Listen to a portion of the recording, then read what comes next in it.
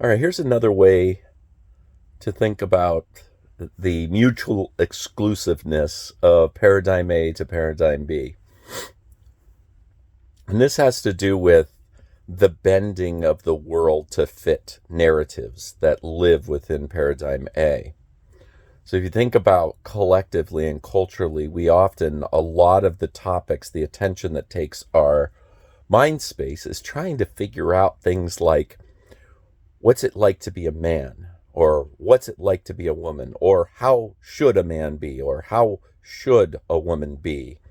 Or how do, blondes or short people or tall people or fat people or skinny people, or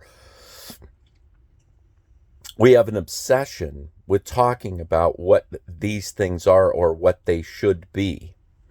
And then we sit around and we have these discussions about opinions. And so what this does is it creates our interaction with these narratives. And then we have a mind, and that mind just keeps thinking about and constantly re-changing value judgments. Like, where do things fit? What's it like to be a man? You may hear a couple of things, and then here's the opinion, then there's the opinion, then here's the opinion. And the mind is constantly trying to figure out where you fit in this. What are you in this whole thing? So that story, and this could be considered a stereotyping story, is about bending the world to meet a narrative so it fits what we think and how we should be. And then, then we have to live. If you have a real stereotyping mind, you will be attracted to other stereotyping minds because you're kind of like computers working on the same project. The same project is to put things into a box. And so the whole idea of paradigm B is you're free of that. Your mind no longer has to obsess with value judgments on where you fit within this hierarchy of what it is, whatever it is that you are, a man, a woman, a short person, a certain kind of occupation, whatever. It all a race is a big one for stereotyping. And it's more than just the race thing. We typically use stereotyping for race in our culture, but stereotyping really is the bending of archetypal patterns. And what does that mean? So what is an archetype? So an archetype is like a standard set of behavior. Carl Jung used to think of them like dry riverbeds, meaning that the shape of that riverbed is always the same, that an archetype fits a certain pattern of behavior. So what we do, humans do, is if we don't like this archetypal pattern, we will decide, okay, we'll collectively come to an idea that no, it shouldn't be this way. It should be like this. And then we create you could look at history and how we've changed our culture, and everything is around stereotyping. We literally come into this world not really understanding what it is, and we keep trying to make it in our image, and we try to pull it into our image. Whereas an archetypal mind in the B paradigm is one that doesn't obsess about value judgments. It doesn't try to bend the world to fit.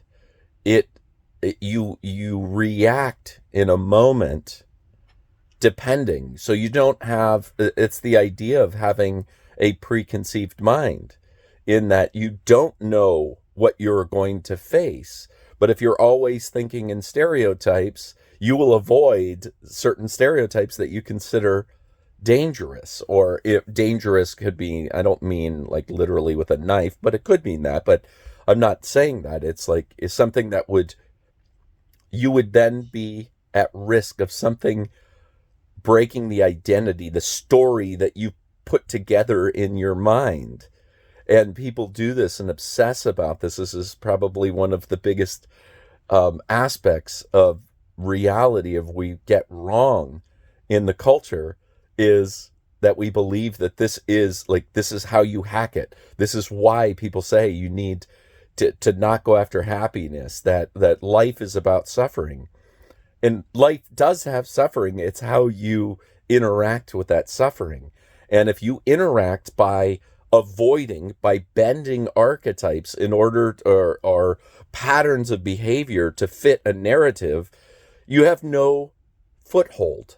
You don't have a tether. You're not tethered into anything big. And of course, you're going to feel anxiety if you have no comfort of feeling like you belong. And so it's about creating that,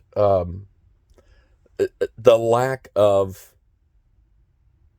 value judgments is really what it is. You know, it's said in the Bible, judge not lest ye be judged. That is the call to paradigm A, is if you judge, this is what ends up happening is that judgment refilters itself and keeps respinning in your mind. And you stay stuck in these narratives over and over and over again. And paradigm B is about getting out of those and living through experience. Living through experience, you then experience archetypal patterns without having to judge them. That way you can actually move through the world without judging groups of people or individual kind of people. You judge, or you move forward in time by preference, not by opinion, not by trying to make the world what you think it should be, but living in the world as you are. And that's huge. Have a great day.